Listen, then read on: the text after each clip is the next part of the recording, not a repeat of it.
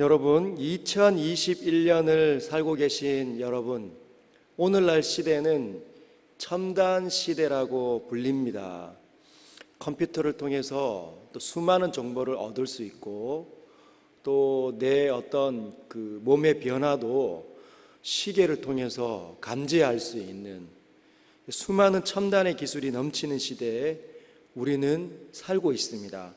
그런 오늘을 사는 사람들에게 무엇이 복이라고 생각하십니까? 질문한다면 무엇이라고 답을 할까요? 많은 청년들은 이렇게 이야기합니다.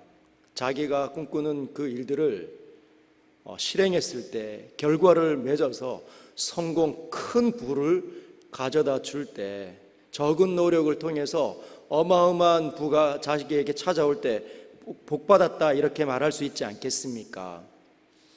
근데 어떤 분들은 오랫동안 이제 쓰러져가는 그 가옥에 있다가 그 지역이 뉴타운이 되면서 재개발이 되면서 재건축이 이루어져서 다시 어마어마한 부를 가졌을 때 그때 제대로 복을 받았다고 말씀할 수 있지 않을까요? 그런데 그 말을 듣는 많은 사람들 가운데 어떤 분들은 이렇게 얘기합니다. 목사님, 저는요, 그런 어마어마한 부나 권력 다 필요 없습니다. 대신에 잘 먹고 잘 입고 좋은 집에서 편안하게 사는 게 자체가 큰 복이라고 생각합니다. 그 말을 듣는 어르신들은 이렇게 이야기하죠. 그것도 다 소용이 없어. 건강 다 잃어버리면 아무짝에도 쓸모없지. 그래서 건강하게 자기에게 주어진 날들을 오랫동안 건강하게 장수하는 게 가장 큰 복이다. 이렇게 이야기하시는 분들도 계십니다. 또 어떤 분들은 아니, 그것보다 자녀들이 잘 안 되면 얼마나 고통스러운지 몰라요. 내가 오랫동안 잘 살더라도 자녀들이 다 일이 꼬이고 엉망이 되고 하면 그거 보는 것 자체가 얼마나 지옥 같은 삶인데요. 자녀들이 잘 되고 그 자녀들이 일이 잘 풀려서 근심 걱정 없이 사는 삶이 복입니다. 그러나 여러분, 하나님께서는 오늘을 살고 있는 이 참된 시대를 살고 있는 우리에게 복된 삶이 뭐라고 말씀하실까요? 하나님의 말씀은 태초부터 시작되셔서 모든 것들을 창조해 내셨습니다. 그래서 하나님의 말씀이 창조 때부터 시작해서 오늘날까지 기준이 될 수 있습니다. 성경은 그 하나님을 가리켜 어제도 계시고 오늘도 계시고 내일도 계신 분이시다. 즉 과거와 현재와 미래 모든 시대에 하나님 계시기 때문에 그분의 입에서 나오는 모든 말씀이 판단 근거가 될 수 있다 말하는 거죠.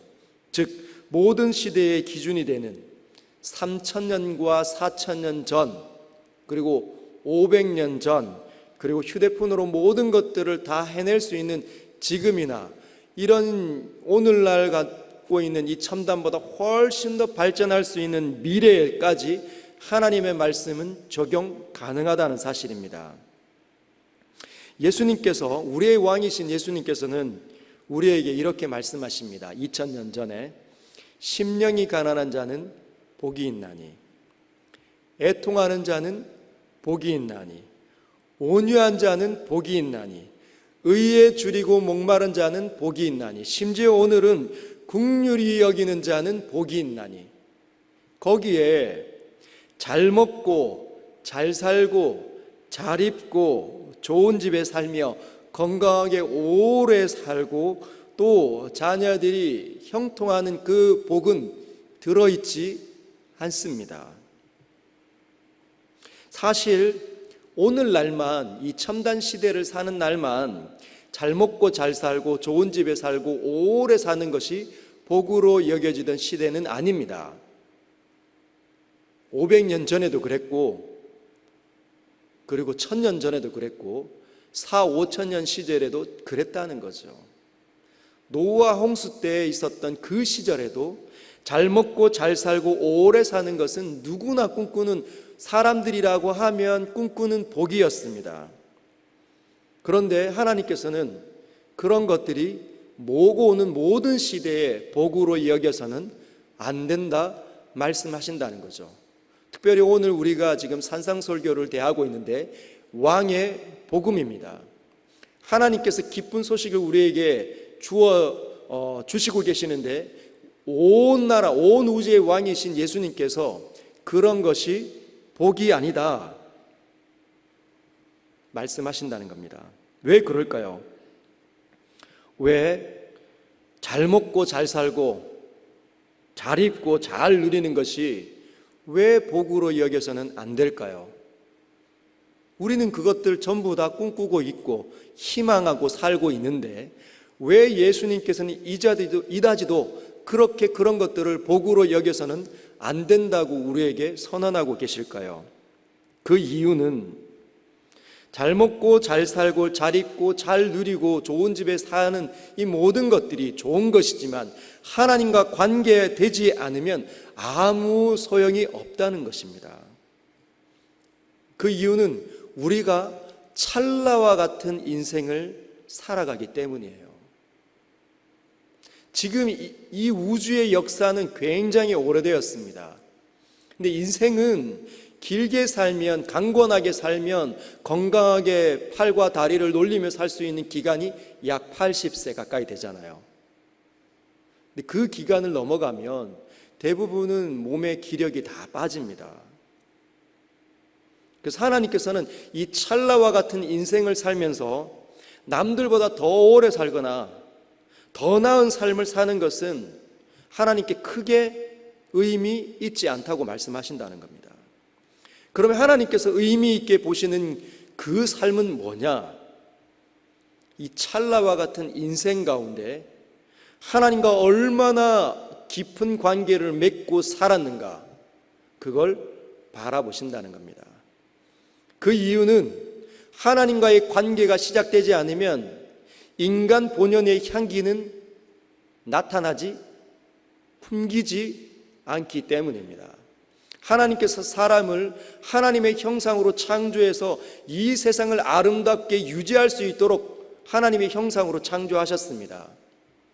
그게 인간 본연의 모습이죠. 근데 하나님을 떠나면 그 인간다운 모습은 있지 않습니다.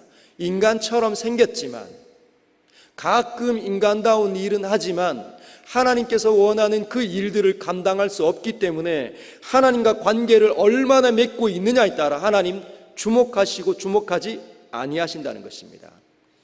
부흥회 때 첫날에 있었던 아벨을 집중하시고 아벨이 드리는 예배를 받아주시는 것처럼 삶이 하나님과 연관되어 있지 않으면 그들이 드리는 예배를 하나님 기쁘게 받아주시지 않는다는 겁니다. 돈 엄청 벌어도 하나님께서는 넌 헛살았다 이렇게 말씀하실 수 있는 분이시라는 겁니다. 엄청 오래 살았다고 하더라도 이 세상에 있으면서 수많은 사람들을 유익하게 하고 좋은 일을 많이 하고 하나님 앞에 섰다 할지라도 하나님께서는 너는 헛살았다 말씀하실 수 있는 분이시라는 겁니다. 그래서 이 산상설교회 앞에 오늘 긍휼히 여기는 자 앞에 있었던 4가지 종류의 성도들은, 사람들은 다 하나님을, 예수님을 제대로 만난 사람들에게서 보일 수 있는 현상들을 말씀하고 있습니다.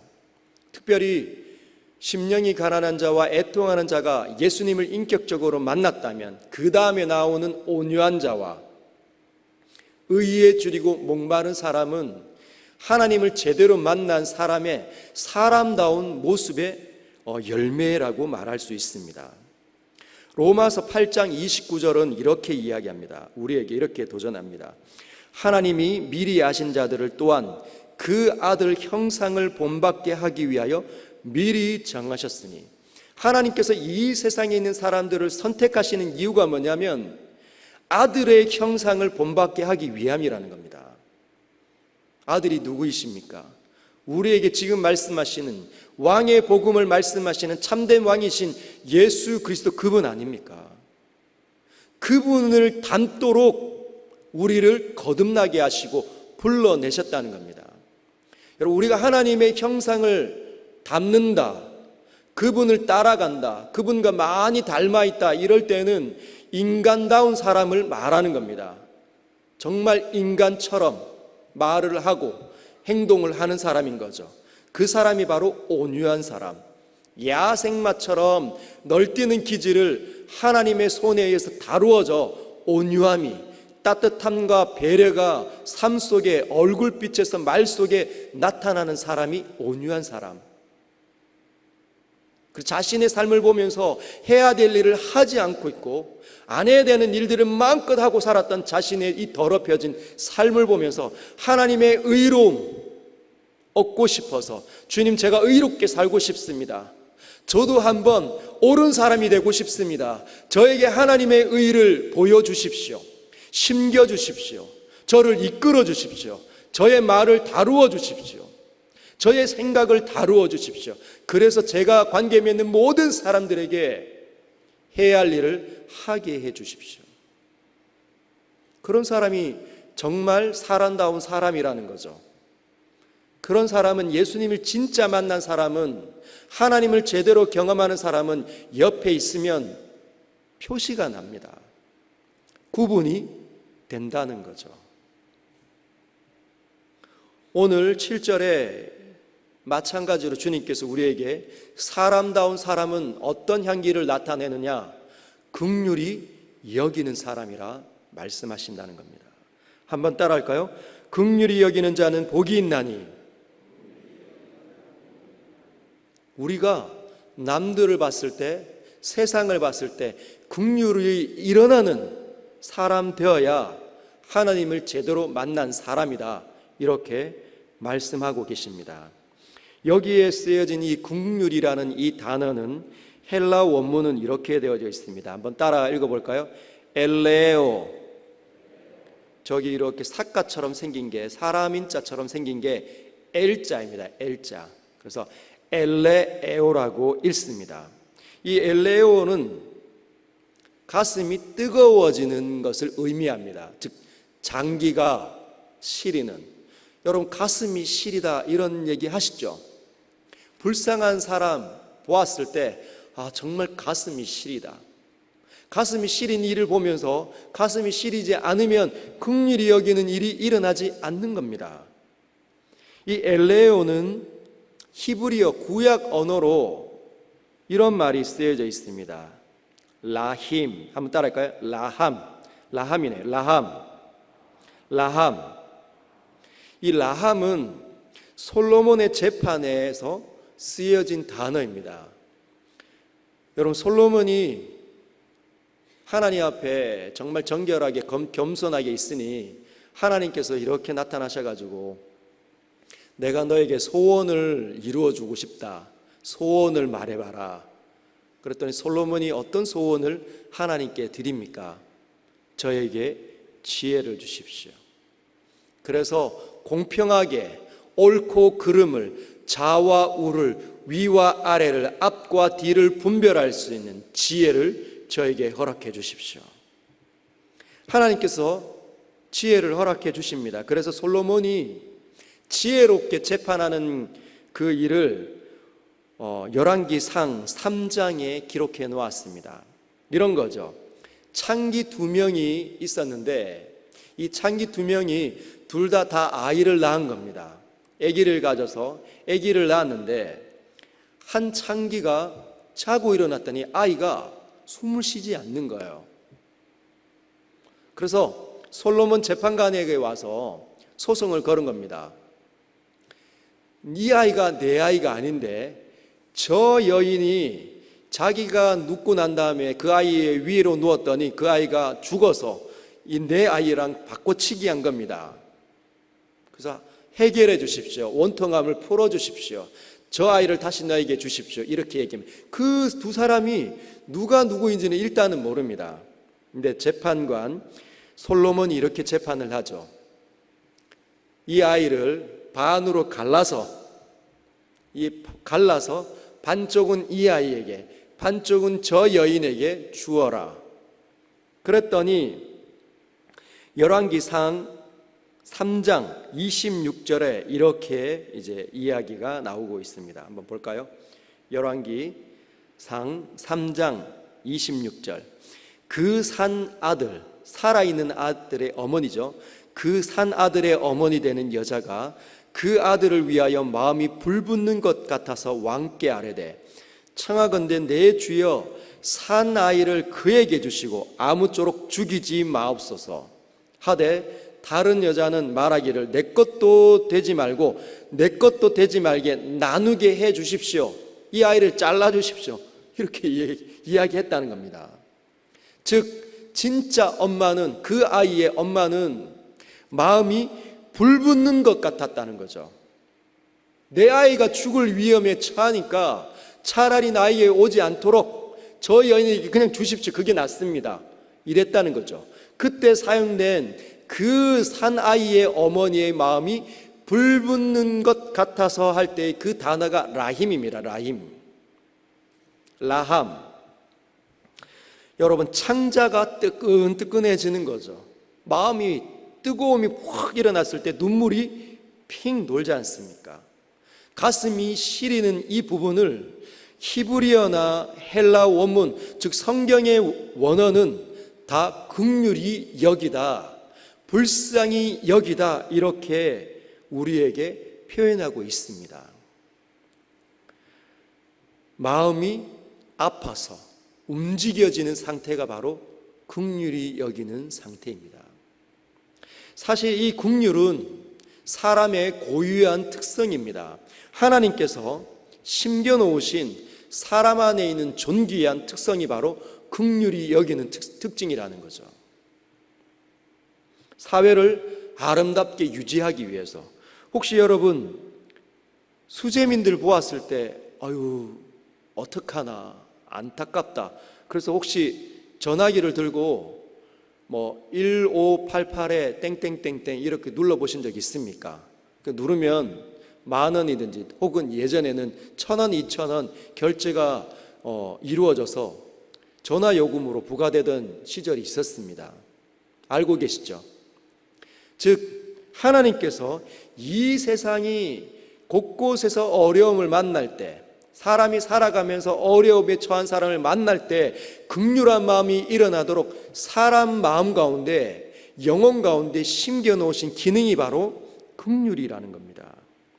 이 긍휼이 일어나게 되면 그 사람은 자신이 가지고 있는 것을 나누게 됩니다. 그 사람을 집중해서 찾아가게 되고 내가 가지고 있는 것을 나누어 주고 싶어 한다는 거죠. TV나 드라마에 보면, 또는 소설책을 읽으면서 여러분 여러 번 눈물을 흘린 적이 있을 겁니다. 이산가족이, 또는 어릴 때 부모님과 또는 형제와 헤어져서 먼 타국 땅으로 가서 이제 살다가 자신의 고향을 찾아왔는데 겨우 어떻게 해서 만났는데, 둘이 형제가 얼싸안고 우는 장면을 보면 인간극장에 대부분 많이 그런 스토리가 나오잖아요. 그런 모습 보면 나도 모르게 가슴이 뜨거워지고 눈물이 핑 돕니다. 그게 바로 인간 안에 있는 하나님께서 심겨놓으신 독특한 기능, 긍휼의 기능이라는 겁니다. 어린아이가 넘어져 울고 있으면 그 모습을 보는 지나가는 어른들은 어떻게 합니까? 이렇게 세워주는 거죠. 그래서 무릎을 탁탁 털어주고, 아이가 엉엉 울고 있으면 사탕이라도 살 수 있도록, 아니면 위로가 될 수 있도록 주머니를 뒤져서 용돈이라도 쥐어 주게 되어져 있다는 거죠. 그게 사람의 긍휼의 특징입니다. 그런데 사람이 타락하면서 이 긍휼의 기능이 잘 발휘가 되지 않습니다. 왜 그럴까요? 내 나라로 살고 있기 때문입니다. 하나님께서 이 땅에 처음 예수님께서 오셔서 마침내 때가 찼고 하나님의 나라가 가까이 왔으니 회개하고 복음을 믿으라 할 때 우리가 살펴본 것처럼 영토와 국민이 여기 있는데, 이 영토와 국민을 내 생각과 내 뜻과 내 의지로 다스리면 이게 누구의 나라가 됩니까? 내 나라가 되는 거죠. 그런데 사람들은 여기까지는 잘 따라오는데 이 국민과 영토가 내 시간과 내 감정과 내 물질, 내 돈까지 내 삶의 모든 영역이 내 생각과 내 뜻과 내 의지로 다스려 오고 계획하고만 살아오면 이게 누구의 나라가 됩니까? 내 나라가 되는 거죠. 그때 많은 사람들이 탄식을 합니다. 대부분. 왜냐하면 예수님을 믿고 나서도 내 시간과 내 물질을 그리고 내 자녀를 기르는 방식이 하나님의 생각과 하나님의 뜻과 하나님의 의지로 바뀌어지지 않았다는 게 문제입니다. 제가 만나서 가는 곳곳마다 하나님의 나라를 설교할 때 대부분 사람들은 그렇게 다 절망했습니다. 이번에 지지난주에 울릉도에 가서 전국 주일학교 연합회 우리 임원들에게 제가 설교했지 않습니까? 첫 번째 메시지가 하나님의 나라였습니다. 다들 뒷목 잡으시는 거죠. 다들 한 교회의 수장으로서 장로님과 권사님으로서 살아오셨는데, 그래서 교회를 열심히 유익하게 하고 그리고 봉사도 열심히 하고 그 남는 시간을 쪼개서 전국 주일학교를 섬김에도 불구하고 내 시간과 내 인생과 내 자녀와 내 집, 이 모든 것, 내 사업하는 이 모든 것들이 판단 기준이 내 의지였다는 겁니다. 하나님의 생각과 하나님의 뜻과 하나님의 의지로 다스려지지 않는 것은 아니죠. 근데 하나님의 나라의 비율과 내 나라의 비율을 따지면 대부분은 다 내 나라의 비율이 훨씬 많기 때문에 뒷목을 잡으시는 겁니다. 이 긍휼도 마찬가지입니다.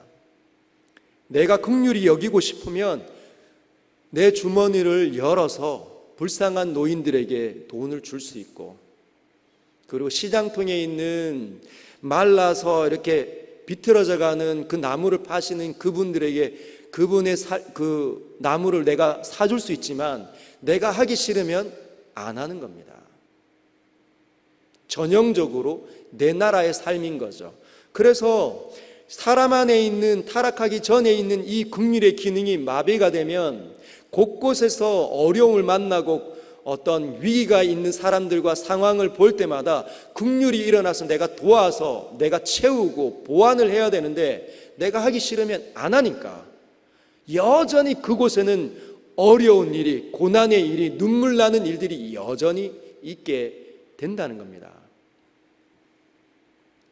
이 부분이 예수님께서 비유로 설명하신 선한 사마리아의 비유에도 등장하죠. 누가복음 10장에 보면 어떤 사람이 예루살렘에서 여리고로 내려갑니다. 예루살렘에서 여리고로 내려가는 길은 여러분 안 가보셔서 모르시겠죠? 저도 사실 안 가봤습니다. 그런데 예루살렘에 직접 사셨던 2년 정도 사셨던 목사님이 저에게 말씀해 주셨는데, 예루살렘에서 여리고로 내려가는 길이 생각보다 가파른 골짜기를 통해 내려가게 되어져 있답니다. 골짜기의 길을, 가파른, 즉 예루살렘은 높은 지대, 여리고는 낮은 지대입니다. 여리고로 내려가는데 가파른 골짜기를 지나다 보니까 강도들이 곳곳에서 지나가는 사람들을 노려보는 거죠. 이 강도들은 악한 사람들입니다. 긍휼함이 마비가 된 사람들이죠. 남의 것을 뺏어서 내 호주머니를 채우는 전형적인 악한 사람들입니다. 그런데 어떤 사람이 그 강도들을 만났는데 그 강도 떼가 옷을 벗겨버리고 사정없이 두드려 팬 겁니다. 어디를 맞았는지 정신을 못 차린, 거반 다 죽게 되어진 그 사람을 버려두고 내려갔다고 예수님은 그렇게 비유를 말씀하십니다. 그런데 첫 번째 사람이 지나가죠. 우리가 잘 아는 제사장이 등장합니다. 이 제사장은 하나님 말씀, 여러분, 하나님과 상관없는 사람이 아니라 하나님의 말씀을 가르치는, 하나님의 말씀을 가르쳐서 하나님의 사람들을 이끄는 그 지역의 수장이 제사장 아닙니까? 하나님 말씀에 정통한 사람이 첫 번째 지나갑니다. 그런데 그 제사장이 지나가는 모습을 예수님은 이렇게 묘사합니다. 보고 피하여 지나가고. 뭐라고요? 보고, 안 본 게 아니라 보고 피하여 지나가고. 하나님 말씀에 정통한 사람, 하나님과 관계가 이어져 있다고 이야기하고 늘 하나님 앞에 예배를 집전하는 그 사람이 보면서 무슨 생각을 했을까요? 불쌍하다. 그리고 피하여 지나간 거예요. 두 번째 사람이 등장합니다. 두 번째 그룹에 나오는 사람은 레위인. 레위인 알고 계시죠? 성전에서 제사장을 도와서 예배를 수종드는 사람들, 하나님과 굉장히 가까이에 있는 사람들입니다. 이 사람이 지나가다가 예수님이 어떻게 묘사하냐면 보고 피하여 지나가고. 제사장처럼 보고 피하여 지나갑니다. 봤을 때 어떻게 했을까요? 아이고 참 딱하다. 그리고 피하여 지나갔습니다. 근데 세 번째 사람이 등장하죠. 어떤 사마리아인.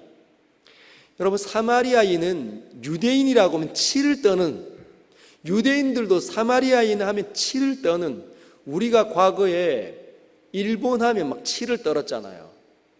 우리보다 더 일본을 치를 떨어하는 사람들이 있습니다. 중국인들. 난징의 대학살 알고 계시죠? 그래서 그 사람들은 그 대국의 그 자존감이 있잖아요. 그래서 얼마나 미워하는지 모릅니다. 마찬가지로 사마리아인과 유대인은 그런 관계인데 사마리아인이 등장해서 어떻게 했냐면 보고 불쌍히 여겨 가까이 갑니다.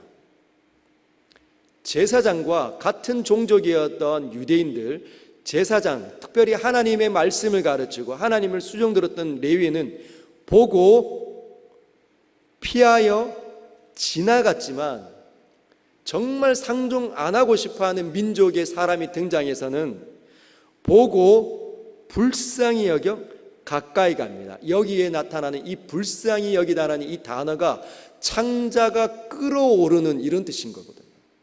원문은 창자가 끌어오르는, 즉 긍휼히 여기는 이런 뜻입니다. 보았을 때 긍휼히 여김이 끌어올랐을 때 이 창자의 그래서 유대적인 표현은 즉 이 마음이, 사람의 이 감정이 이 기관에 있다고 생각을 한 거예요. 왜? 불쌍히 있을 가슴이 막 쬐어오고 시리고 마음이 아프니까 창자가 여기에 있다고, 즉 마음이 이 창자 가운데 있다고 생각을 해서 표현을 그렇게 많이 합니다. 창자가 흔들려 불쌍한 마음이 들었을 때 어떻게 했냐? 가까이 가게 되었다는 거죠. 그 고난당하는 사람을 해결할 수 있도록 가까이 가게 됩니다. 가서 한 게 첫 번째, 기름과 포도주를 상처에 붓습니다.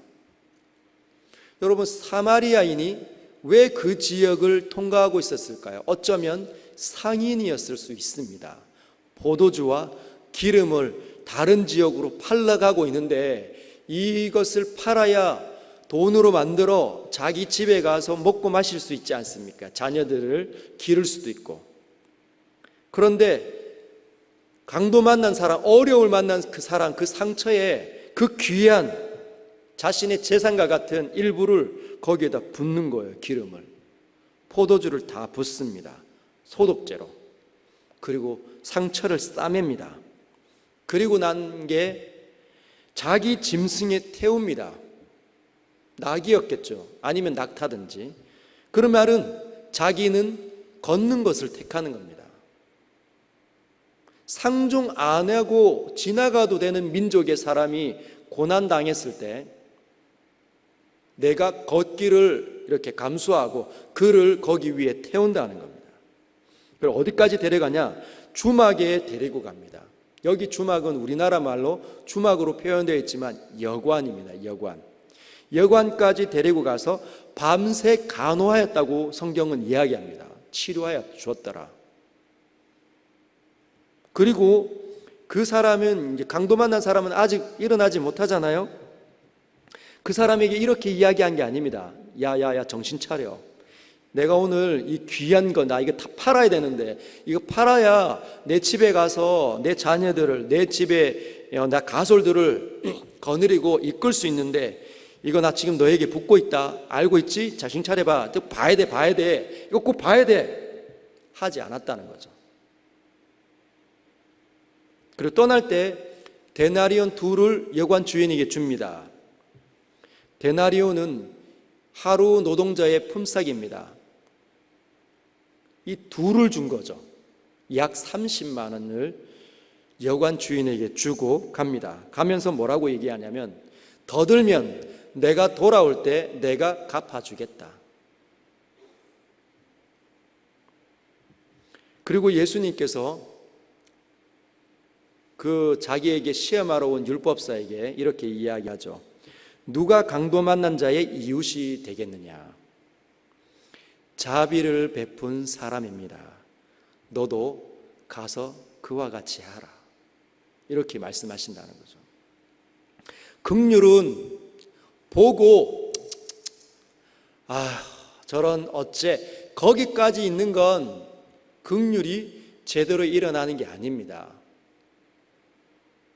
직접 가게 되는 것, 직접 그 고난당하는 사람, 어려움을 만난 사람에게 찾아가는 것, 나의 위험을 감수하는 것, 나의 피곤함을 감수하는 것이 긍휼의 모습이라는 거죠. 하나님께서 우리에게 요구하시는 참된 사람의 모습은 거기까지입니다. 내가 하나님의 나라라면, 정말 하나님을 만났고 내 나라를 바꾸어서 하나님 나라 안에 들어와 있다면, 내가 참되게 예수님을 만나 살아난 사람이라고 한다면, 주님을 예배하는 사람이라고 한다면, 그런 일이 나의 삶 가운데 일어나야 된다는 것이죠. 그러나 여러분들의 마음에 드는 생각처럼 쉽지 않습니다. 왜냐하면 우리가 오랫동안 하나님의 나라로 살지 않았고, 하나님의 나라의 그 삶만 우리가 동경만 했지, 실제로 우리가 그렇게 살아오지 않았기 때문에 그런 거룩한 습관은 우리에게 잘 있지 않습니다. 제가 한두 번 말씀을 드린 것처럼 말씀을 통해 깨닫는 것으로는 사라지는 게 아닙니다. 맞구나, 저거구나 하고 번개같이 깨달았지만 문 열고 나가면서 다 잊어버리면 절대로 사라지지 않습니다. 어떻게 해야 될까요? 묵상하는 게 바로 사라지는 겁니다. 많은 설교자들이 여기에서 올라온 진리를 발견해서 성도들에게 설교하기만 하면 마치 자기가 거룩해진 것처럼 착각을 하지만 안 그렇습니다. 살아내야 사라지는 겁니다. 우리 모두도 똑같아요. 그래서 우리가 많은 목사님들 보면서 실망하는 이유는 거기에 있습니다. 여러분들도 저를 보면서 그렇게 생각하지 않겠습니까? 목사님은 그렇게 삽니까? 살아내야 된다는 거죠. 여러분, 제가 정말 세상 어디에도 없는 교회를 한번 해보고 싶어서 과거에 수영로 교회에 있었던 꿈, 제주 선교를 담임하다가 내려놓고 제주도 내려갔습니다. 제 자리를 내려놔야 누군가는 담임 목사직을 찾는 사람에게 기회가 돌아갈 거니까, 미국도 경험해보고 유학도 했고 큰 교회도 다 다녀보고 담임까지 했는데, 그것도 서울에서까지 목회를 해봤는데, 이 자리를 내가 여전히 꿰차고 있는 건 하나님 앞에 불의한 것 같다. 그래서 내려놓고 제주 선교 갔습니다. 근데 가서 이제 선교를 해야 되니까 이 사람 저 사람 이제 닥치는 대로 만나는 거죠. 이전에는 강단에서 설교하고 신방하고 가르치고 양육하기 바쁘니까 제 주변에 불신자를 만날 수 있는 기회는 별로 없습니다. 불신자를 어디서 만날 수 있을까요? 예전에 담임할 때는 식당에 갔을 때만, 옆 테이블에 불신자가 있든지 식당 주인이 불신자이든지 그때밖에 못 만나는데, 그때는 밥 먹느라 정신없이 밥만 먹고 가니까 대화할 기회가 없잖아요. 근데 제주도 가니까 한 가정이 서울에서 같이 선교하겠다고 따라왔습니다. 근데 그분들을 가르치고 나면 할 일이 없어요. 어떻게 해야 할까요? 그 수많은 시간을 이제 선교하러 왔으니 차 몰고 무작정 나갑니다. 그러다가 아내가 블로그에서 한 청년 가정을 만났습니다. 이 청년 가정은 과거에 교회를 다닌 적이 있는 사람들인데 초신자 때 우리가 말하는 구역 모임에서 상처를 받고 믿음 생활을 아예 접어버린, 예수님을 만난 적이 없는 사람입니다. 교회 안에는 왔었던 경험이 있지만, 그 가정을 만나게 되었습니다. 그 가정이 제주에 이 농가주택을 사서 개조해서 카페도 만들고 민박집도 만드는 그런 시절이 있었잖아요. 거의 끝물에 그 가정이 저희가 제주도 입도할 때 비슷한 시기에 같이 입도했습니다. 근데 그 가정에 아기 셋째가 생긴 거예요. 그러면서 아내가 남편을 도와서 그 농가주택을 사서 그 개조하는 일을 하지 못하게 됐습니다. 남편 혼자 그 일을 해야 되는데 그게 블로그에 천천히 이렇게 날마다 이렇게 기록이 되어져 있었어요. 그래서 아내가 여보 가서 우리가 도와줍시다. 아내에게 긍휼의 마음이 일어났습니다. 저도 보니까 도와주고 싶더라고요. 그래서 그 가정을 방문을 했습니다. 작업복을 입은 채 저희가 있던 지역에서 그 집까지, 그 청년의 집까지 가는 거리가 25km, 돌아오면 또 25km, 하루에 50km를 가야 했습니다. 여러분, 제가 제주도 선교를 갈 때 선교 훈련, 우리 지금 장유한 선교사님처럼 선교 훈련을 받아본 적이 없습니다. 열정 하나만 가지고 간 거죠. 그랬더니 교회에 어떻게 사역을 연계해야 되는지도 모르고 갔으니 후원자들이 주면 먹고 안 주면 못 먹는 겁니다. 후원자들이 얼마 있었을까요? 그런데 제가 제주도가 여러분 가보셔서 알지만 기름값이 비쌉니다.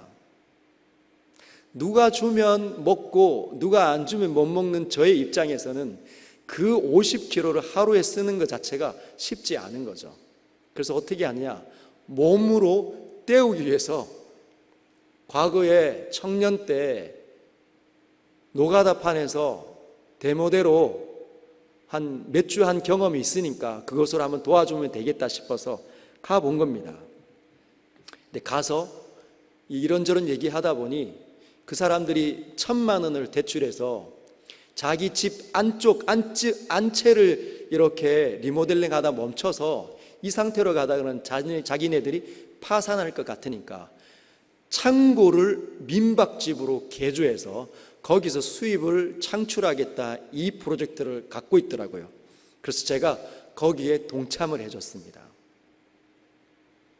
아침부터 가서 밤까지 일을 하는 거죠.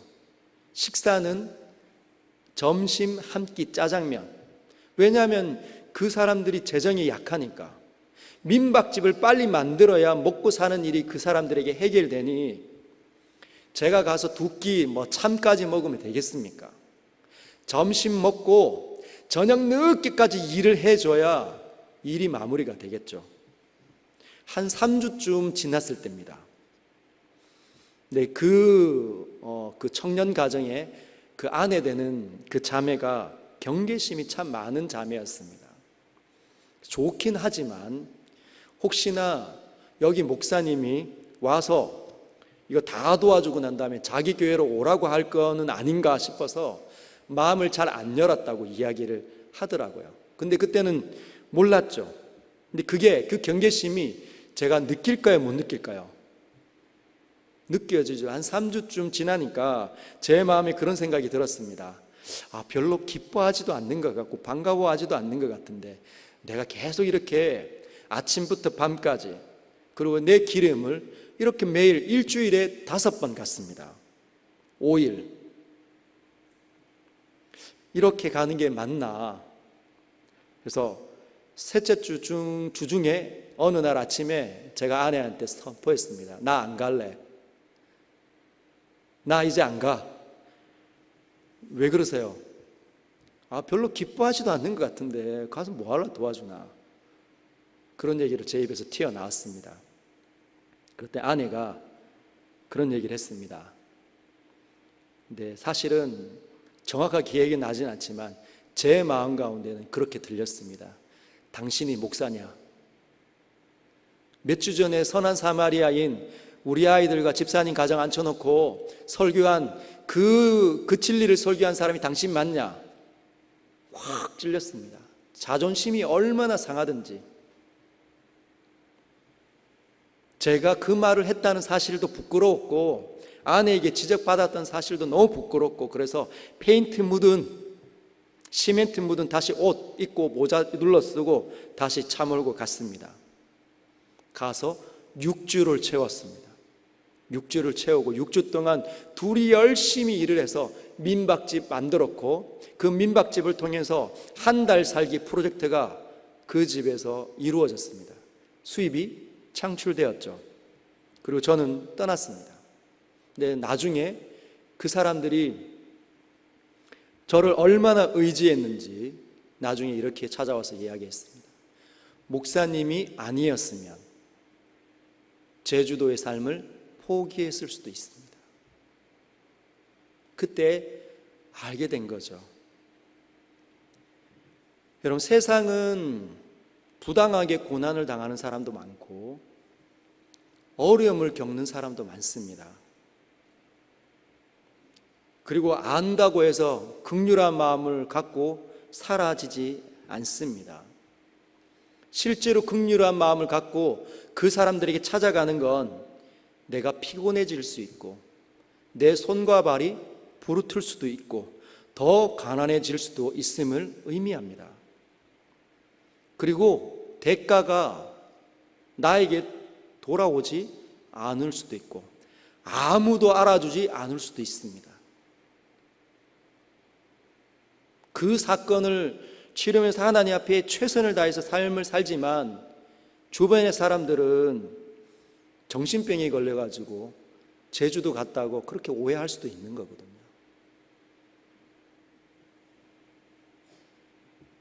그러나 여러분, 그런 긍휼의 삶을 통해서 하나님께서는 평균케 하시는 분이십니다. 있는 자가 없는 자를 채우게 만드시는 분이시라는 거죠. 실제로 돈과 시간과 지식이 있는 자가 많지만 나누지 못합니다. 나누지 못하면 그는 부자가 아닙니다. 참된 하나님 만난 사람이 아니라는 거죠. 실제로 시간과 돈과 많은 물질과 지식이 없어도 하나님을 만나게 되면 영원하신 부자이신 그 하나님을 만났기 때문에 내가 가진 것 볼품 없어도 나눌 수 있게 되고 그 나눔을 통해서 그 사람들이 부유해지고 채워지는 역사가 베풀어진다는 거죠. 그것이 하나님께서 기대하는 하나님의 나라의 모습입니다. 바로 선교사님들이 그런 삶을 살고 계십니다. 끝도 없는 도와주는데 도망가고 어려워서 도망가고 교회 아닌 물건들 훔쳐서 도망가는 사례 얼마나 많은지 여러분 아시죠?